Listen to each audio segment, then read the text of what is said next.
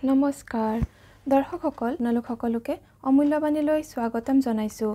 আজিৰ ভিডিঅ'টোৰ বিষয় হৈছে টকা পইচাৰ যদি বহুত দৰকাৰ হয় কিন্তু আপুনি কোনো ৰাস্তা বিচাৰি নাপায় কেনেকৈ লাভ হ'ব বা কেনেকৈ আপুনি লাভ কৰিব টকা, তেনেহ'লে এটা বিশেষ সৰু চিহ্ন আপোনাৰ হাতৰ এই বিশেষ ঠাইখিনিত সদায় আঁকিবলৈ আৰম্ভ কৰক আৰু কেইদিনমান আঁকিলেই আপুনি দেখিবলৈ পাব কিদৰে আপোনাৰ টকা পইচাৰ সমস্যা আঁতৰি গৈছে।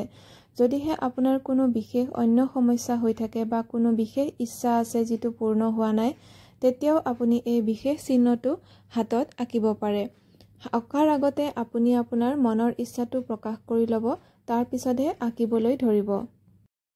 চিহ্নটো আঁকিলে যিহেতু আনেও দেখা পাব পাৰে আৰু সুধিলে কিন্তু আপোনাক একো নক'ব আপুনি এই চিহ্নটো কিয় আঁকিছে।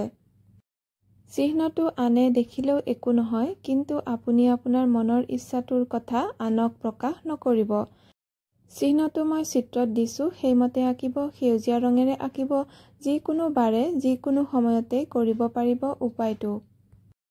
আপুনি যদি সোঁহতীয়া হয় তেনেহ'লে বাওঁ হাতত আঁকিব আৰু যদি বাওঁহতীয়া হয় তেনেহ'লে সোঁ হাতত আঁকিব এই চিহ্নটো।